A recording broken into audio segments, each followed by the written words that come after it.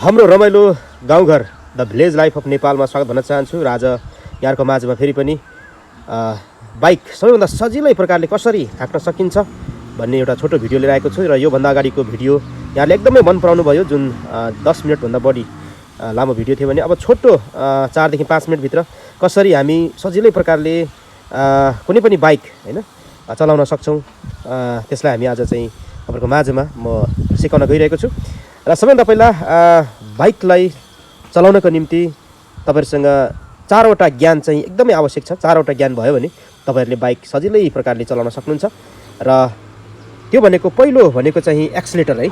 र एक्सिलेटर जहिले पनि राइट ह्यान्ड साइडमा हुन्छ। यो चाहिँ यसरी भनौं न पछाडीतिर आउने गर्दछ। यो चाहिँ एक्सिलेटर हो, यो फुल एक्सिलेटर हो है। फुल तपाईले यसको स्पिड, यो चाहिँ एक्सिलेटर भनेको चाहिँ स्पिड कन्ट्रोल गर्ने, स्पिड तपाईले कति बढाउन चाहनुहुन्छ 20 30 40 50 60 70 80 90 100 थुप्रै 120 सम्म हुन्छ, 140 सम्म हुन्छ। तपाईले यो स्पिड बढाउन सक्नुहुन्छ। यसलाई तपाईले ख्याल गर्नुपर्ने हुन्छ सबभन्दा पहिला। र दोस्रोमा चाहिँ तपाईले क्लच है, क्लच यो लेफ्ट ह्यान्ड साइडमा चाहिँ क्लच हुन्छ र यो चाहिँ तपाईले यो ब्रेक भन्दा केही लुज हुन्छ है। यो क्लचले चाहिँ गियरलाई गियर चेन्ज गर्ने बेलामा, गियर लिने क्रममा, अगाडि बढाउने पछाडि घटाउने क्रममा गियरको निम्ति चाहिँ क्लच एकदमै आवश्यक हुन्छ। गाडीलाई खकुलो बनाउन, इन्जिनलाई खकुलो बनाउन तपाईले क्लचको प्रयोग गर्न सक्नुहुन्छ भने तेस्रो रहेको छ। अनि गियर, यो चाहिँ तल गियर हो। यो गियर अगाडि एक गियर हुन्छ पल्सर 150 मा प्राइस जसो, र पछाडि सबै अनि बिचमा एक गियर पछि पछाडि गऱ्यो भने न्युट्रल, त्यसपछि सबै 3 4 5 सम्म चाहिँ पछाडि हुन्छ यो गियर।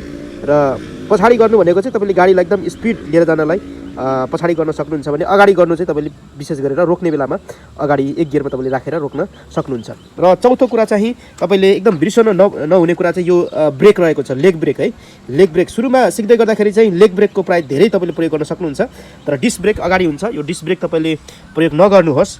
तपाईले लेग ब्रेक प्रयोग गर्नुभयो भने तपाईलाई धेरै फाइदा हुन्छ। र यो धेरै एकैचोटी पनि हान्नु पर्दैन, बिस्तारै तपाईले बिस्तारै यो ब्रेक लिएर तपाईले गाडीलाई रोक्न सक्नुहुन्छ। यो चारवटा कुराहरू, सुरुमा एक्सिलेटर, र दोस्रो क्लच, अनि तेस्रो चाहिँ यो गियर रहेको हुन्छ भने चौथो चाहिँ ब्रेक। यो चारवटा कुरा तपाईले ध्यान दिनुभयो भने गाडी एकदम मजाले स्मुथ तपाईले ह्याक्न सक्नुहुन्छ।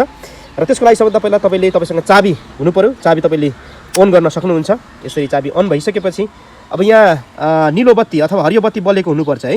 नत्र भने छैन भने चाहिँ तपाईको गाडी यो गियरमा छ भनेर बुझिन्छ। र अहिले गाडी गियरमा रहेको छ यहाँ, किनभने कुनै पनि हरियो बत्ती अथवा नीलो बत्ती यहाँ बलेको पाउँदैनौँ।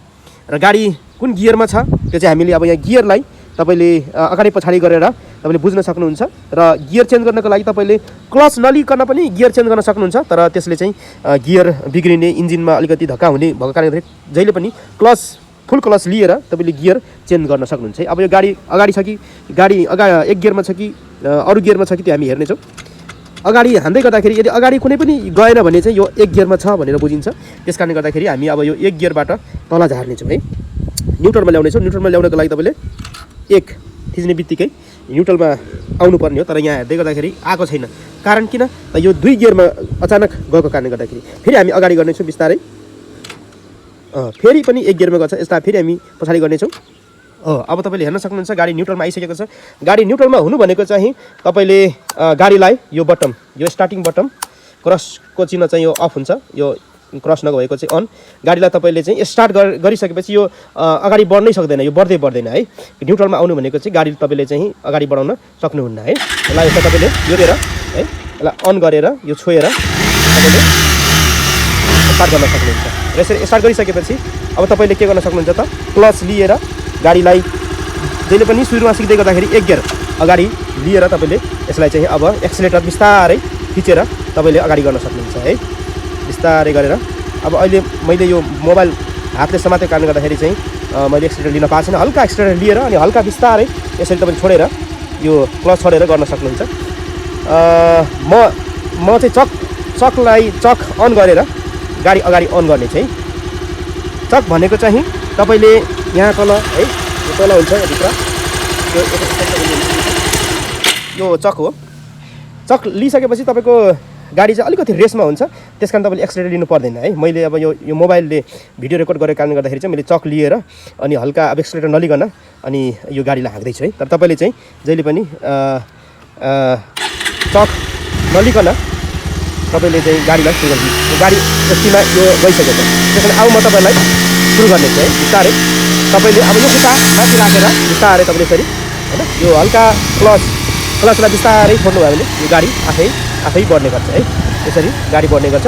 र मैले अहिले यहाँ एक्सिडेन्ट दिएको छैन, किन भन्दाखेरि मैले अलिकति चकलाई तानेको कारणले गर्दाखेरि चाहिँ यो गाडी तपाईँलाई चाहिँ एक्सिडेन्ट लिनु परेको छैन है। यसरी चाहिँ गाडी अगाडि बढ्छ है। हस्, धन्यवाद।